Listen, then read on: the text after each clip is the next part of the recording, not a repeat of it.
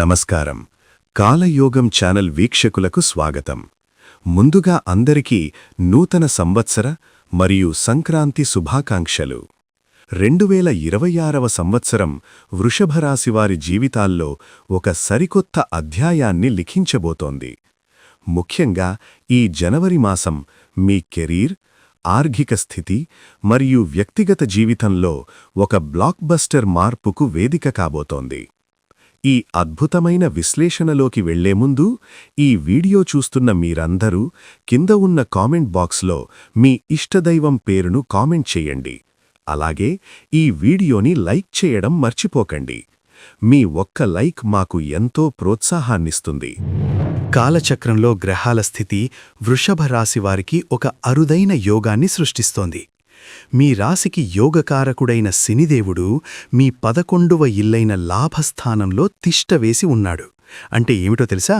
గత 2-3 ఏళ్లుగా మీరు పడ్డ కష్టానికి, చేసిన త్యాగాలకు ఇప్పుడు ప్రతిఫలం లభించే సమయం వచ్చింది. దీన్నే మనం హార్వెస్ట్ టైం అంటాం. ఇక గురుభగవానుడు మీ 2వ ఇంట్లో ఉండి మీ ధన ప్రవాహాన్ని, మీ మాట తీరుని పర్యవేక్షిస్తున్నాడు. మీ సలహాలకు సమాజంలో విలువిచ్చే రోజులివి. కానీ ఇక్కడే ఒక చిన్న ట్విస్ట్ ఉంది. రాహువు 10వ ఇంట్లో, కేతువు 4వ ఇంట్లో ఉన్నారు. దీనివల్ల మీరు ఆఫీసులో ఒక సెలబ్రిటీలా మెరిసిపోవచ్చు. కానీ ఇంటికి రాగానే ఏదో తెలియని ఒంటరితనం లేదా అసంతృప్తి మిమ్మల్ని వెంటాడవచ్చు. మీరు ఆఫీసుకే అంకితమైపోతున్నారని మీ కుటుంబ సభ్యులు ఫీలయ్యే అవకాశం ఉంది. కాబట్టి బ్యాలెన్స్ చేయడం నేర్చుకోవాలి. ముఖ్యంగా జనవరి 14వ తేదీన మకర సంక్రాంతి తర్వాత సూర్యుడు, కుజుడు, బుధుడు మరియు శుక్రుడు ఈ నలుగురు మీ 9వ ఇల్లైన భాగ్యస్థానంలో కలుస్తున్నారు. దీనిని చతుర్గ్రహ కూటమి అంటారు. అంటే మీ అదృష్టం తలుపు తట్టబోతోంది. భూసంబంధిత లాభాలు, తండ్రిగారి మద్దతు మీకు పుష్కలంగా లభిస్తాయి. వ్యాపారం చేసేవారికి ఈ నెల ఆరంభం కొంచెం నెమ్మదిగా ఉన్నా సంక్రాంతి తర్వాత అద్భుతమైన డీల్స్ కుదురుతాయి. పాత పెట్టుబడుల నుండి లాభాలు వస్తాయి. కొత్త పార్ట్నర్షిప్స్ కుదిరే అవకాశం ఉంది. 8వ ఇంట్లో గ్రహాల సంచారం ఉన్నప్పుడు, అంటే జనవరి 14 వరకు రహస్య శత్రువుల పట్ల అప్రమత్తంగా ఉండాలి. ట్యాక్స్ మరియు లీగల్ పత్రాల విషయంలో పారదర్శకంగా ఉండండి. ఆన్లైన్ వ్యాపారం, ఎగుమతి దిగుమతి మరియు రియల్ ఎస్టేట్ రంగాల్లో ఉన్నవారికి ఈ నెల చివర్లో పెద్ద డీల్స్ కుదురుతాయి. ఉద్యోగస్తులకు ఇది పని ఒత్తిడి మరియు గుర్తింపు కలగలిసిన కాలం. 10వ ఇంట్లో రాహువు మీ పనితీరును పై అధికారులకు స్పష్టంగా చూపిస్తాడు. ప్రమోషన్ లేదా హోదా పెరిగే సూచనలు బలంగా ఉన్నాయి. ఆశయాలు ఎక్కువగా ఉండటం వల్ల మీరు వర్కహాలిక్గా మారవచ్చు. దీనివల్ల వ్యక్తిగత జీవితం దెబ్బతినే ప్రమాదం ఉంది. ఆఫీసు రాజకీయాలకు దూరంగా ఉండాలి. చదువుకునేవారికి మేధస్సు పెరిగే సమయం. 2వ ఇంట్లో గురువు, 9వ ఇంట్లో బుధుడి సంచారం వల్ల గ్రహణశక్తి పెరుగుతుంది. ఉన్నత విద్య కోసం విదేశాలకు వెళ్లాలనుకునేవారికి శుభవార్తలు అందుతాయి. 4వ ఇంట్లో కేతువు వల్ల ఇంట్లో ఏకాగ్రత కుదరకపోవచ్చు. లైబ్రరీ లేదా ప్రశాంతమైన ప్రదేశాల్లో చదువుకోవడం మంచిది. ఇంట్లో శుభకార్యాల సందడి ఉంటుంది. భార్యాభర్తల మధ్య చిన్న చిన్న అపార్థాలు వచ్చినా మౌనంగా ఉండటం కంటే మనస్సు విప్పి మాట్లాడుకోవడం ఉత్తమం. వివాహ ప్రయత్నాలు చేస్తున్నవారికి ఈ నెల ద్వితీయార్ధంలో మంచి సంబంధం నిశ్చయమయ్యే అవకాశం ఉంది. ప్రేమికులకు ఇది ఒక పరీక్షా సమయం.